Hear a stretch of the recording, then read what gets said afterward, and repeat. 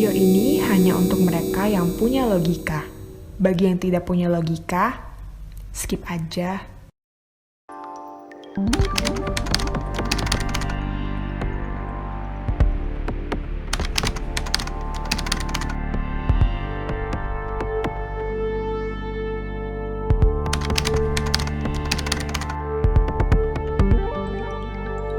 Di saat aku menggenggam tasbihku dan kamu menggenggam salibmu, di saat aku beribadah ke Istiqlal, namun engkau ke katedral, di saat bioku tertulis Allah Subhanahu wa Ta'ala dan biomu tertulis Yesus Kristus, di saat aku mengucap Assalamualaikum dan kamu mengucap Salam, di saat aku mengeja Al-Quran dan kamu mengeja Alkitab, kita berbeda saat memanggil nama Tuhan. Tentang aku yang menengadakan tangan dan kau yang melipatkan tangan saat berdoa. Aku, kamu, kita. Bukan Istiqlal dan katedral yang ditakdirkan berdiri berhadapan dengan perbedaan namun tetap harmonis. Andai saja mereka memiliki nyawa, apa tidak mungkin mereka saling mencintai dan menghormati antara satu dan yang lainnya. Terima kasih. Salam. Assalamualaikum warahmatullahi wabarakatuh.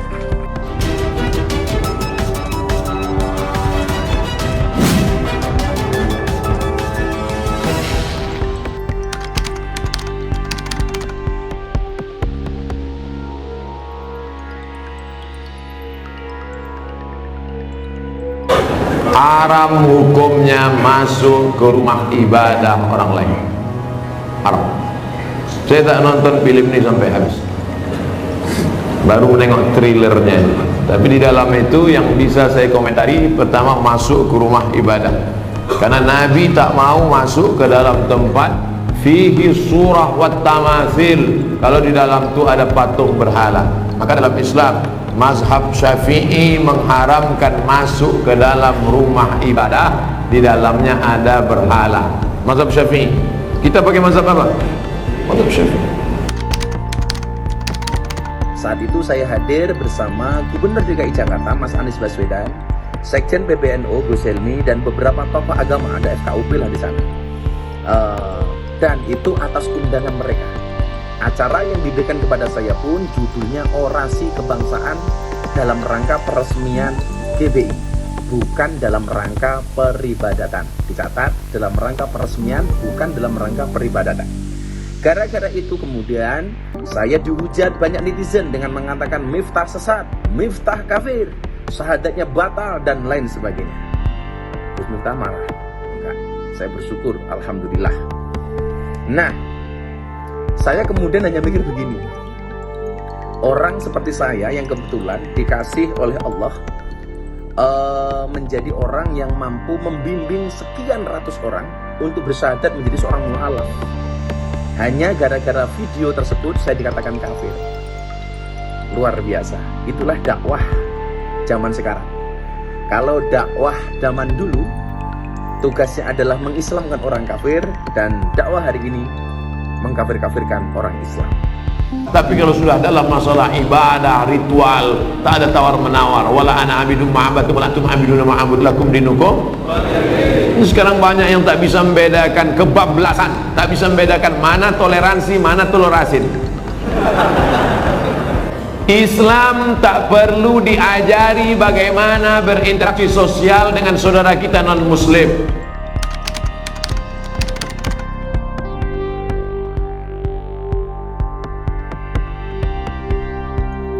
Sama misalnya orang sekarang dalil-dalil wa may yatawallahum minkum fa innahu minhum. Kalau berkawan orang kafir, maka dia menjadi kafir. Itu kan fatal. Semua nabi ya berkawan orang kafir. Karena dakwahnya memang sama orang kafir. Lo coba, andai kan sampean hafal Quran, itu sama teori itu tuh mungkin menyedihkan. Coba istilahnya Quran, wadhkur akho'at wa ila adin akhawum huda wa ila samuda akhawum. Nah, terus semua umatnya yang kafir disebut akhawum. Akhaw itu artinya apa? Saudara. Mereka ya berkawan sama orang kafir. Makanya butuh analisis fikih untuk maknani wa may yatawallahu minkum fa innahu. Setelah dianalisis fikih, ternyata semua nabi diistilahkan wa ila madyan akhahum syuaiba wa ila adin akhahum huda.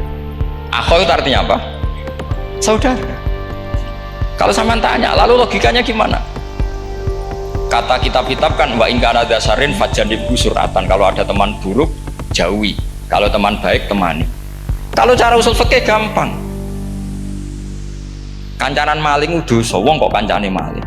Tapi nak dakwai maling, apik kan? Aku ora ngancani kok dakwai dandani, selesai kan? Ngancani maling elek, nak dakwai maling apik. Demenan berodo elek, nak didik apik kan, itu seperti itu. Nah, ini penting kalau aturaken. Dan di sini ini makanya NU itu punya sejarah panjang, banyak wali-wali yang jadab, yang coro dohir itu kancanan wong fasik-fasik. Orang syariat bingung, ini wali kok berteman orang fasik. Ya kalau kamu bahasakan teman ya masalah, kalau kamu bahasakan ini binaan, enggak, sama jawab saja. Kalau dibahasakan teman masalah nggak masalah kan, tapi kalau dibahasakan itu binaan, selesai kan? Sama, Nabi berkawan orang kafir itu enggak karena berkawan, itu binaan Nabi. Memang Nabi itu jadi Nabi, objeknya adalah mengislamkan orang kafir. Ya berlama-lama Nabi dialek dengan mereka, muasyarah sama mereka. Bahkan Nabi diharuskan bersikap baik sama mereka. Itu yang disebut fabima rahmatim minallahi lintalahum walau kunta fadhdhar ghalidhal qalbi lan faddu min hawl. Tapi sekarang itu orang sudah tidak pakai ilmu. Orang-orang radikalisme itu nggak pakai usul fikih.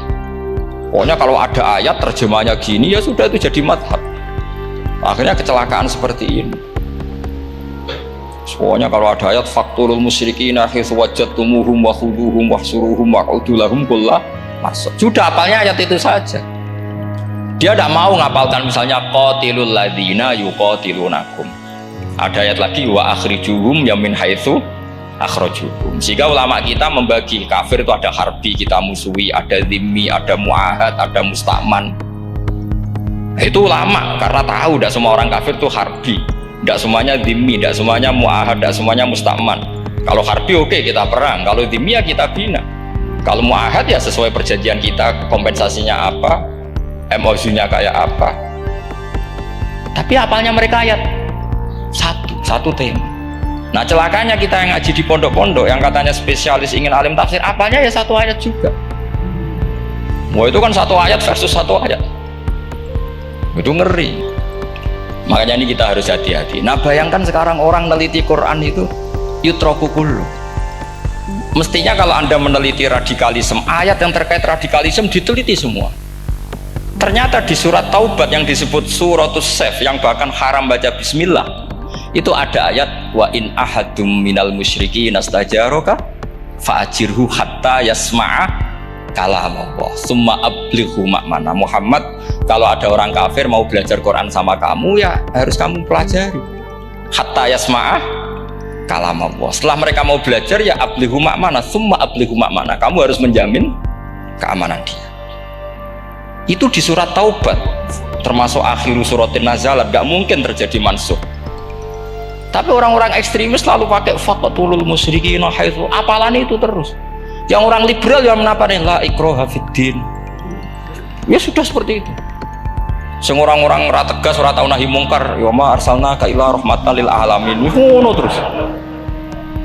Yang kelompok tukang nahi mungkar ya ayatnya amben nahi mungkar. Saya tuh heran, kenapa mereka punya masalah dengan hafalan kayaknya. Kenapa sih hafalannya kok pedot itu? Kita yang hafal semua bingung jadi.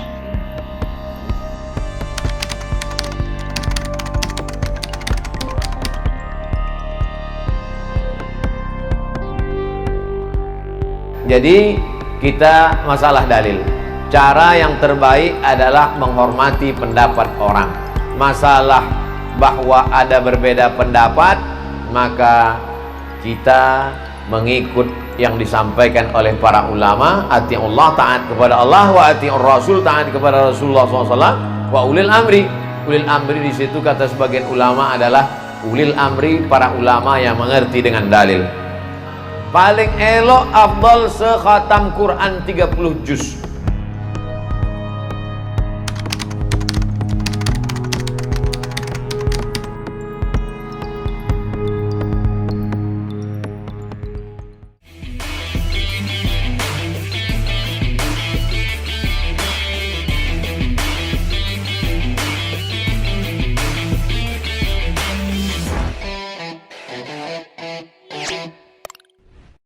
Jangan lupa untuk subscribe dan nyalakan lonceng notifikasinya.